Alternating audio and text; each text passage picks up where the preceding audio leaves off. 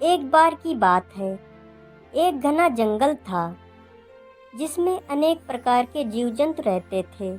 उसी जंगल में एक छोटा सा गांव था जहां एक गरीब लकड़हारा रहता था।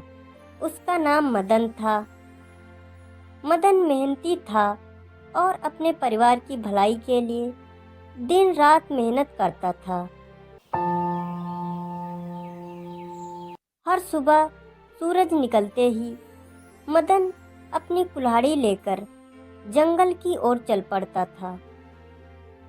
एक दिन मदन ने देखा कि एक छोटा सा हिरण झाड़ियों में फंसा हुआ है। मदन ने उसकी सहायता की और उसे झाड़ियों से निकाल दिया। हिरण बहुत खुश हुआ और उसने मदन से कहा, आपका बहुत बहुत धन्यवाद। अगर तुम्हें कभी मेरी मदद की ज़रूरत हो तो मुझसे बताना। मदन जब लकड़ी काटने जा रहा था तो उसने देखा कि एक बहुत बड़ा और पुराना पेड़ वहाँ पर है। पेड़ ने मदन से कहा, हे लकड़हारे, मैं एक जादुई पेड़ हूँ। अगर तुम मेरी रक्षा करोगे तो मैं तुम्हें अमूल्य वरदान दूंगा। मदन ने सोचा और फिर उसने फैसला किया कि वह इस जादुई पेड़ की रक्षा करेगा। जंगल का राजा शेर बहुत ही स्वार्थी था। वह हमेशा अपने स्वार्थ के लिए जंगल के सभी जानवरों को तंग करता रहता था। जब शेर को पता चला कि मदन एक जादुई पेड़ की रक्षा कर रहा है तो वह बहुत ही क्रोधित हुआ। उसने सोचा कि वह उस पेड़ के जादू का इस्तेमाल अपने लाभ के लिए करेगा।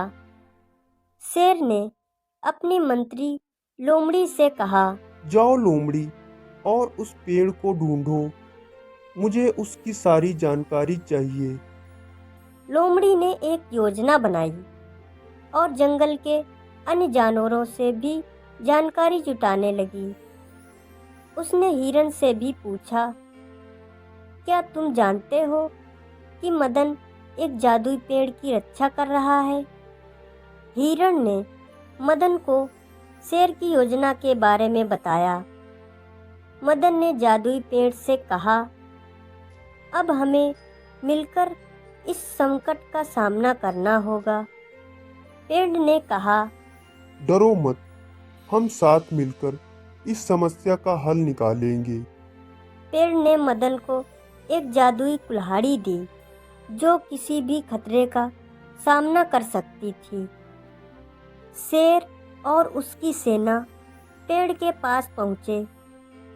मदन ने अपनी जादुई कुल्हाड़ी से उनका सामना किया। पेड़ ने भी अपनी जादुई शक्तियों से शेर और उसकी सेना को रोका। दो पक्षों के बीच भीषण युद्ध हुआ, लेकिन अंततः मदन और जादुई पेड़ की ही जीत हुई। शेर ने अपनी हार स्वीकार कर ली और जंगल की शांति बहाल की। उसने वादा किया कि वह अब से जंगल के सभी जीवों के साथ अन्याय नहीं करेगा और उनकी रक्षा करेगा। मदन ने पेड़ का धन्यवाद किया और जंगल में सभी जानवरों ने मिलकर एक भव्य उत्सव मनाया।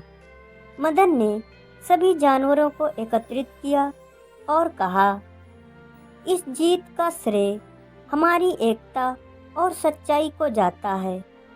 हमें हमेशा सच्चाई का पालन करना चाहिए और अपने दोस्तों की मदद करनी चाहिए।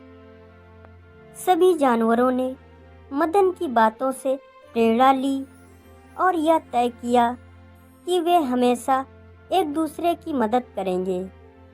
मदन अपने परिवार के साथ खुशी खुशी रहने लगा। जादुई पेड़ ने उसे एक वरदान दिया था जिससे उसकी गरीबी समाप्त हो गई और उसका जीवन सुखमय हो गया। जंगल में अब हमेशा शांति और आनंद बना रहता था। सभी जानवर मिलजुल कर रहने लगे और एक दूसरे की मदद करते थे। इस तरह मदन और जादुई पेड़ की कहानी से हमें यह सीख मिलती है कि सच्चाई और एकता में कितनी शक्ति होती है।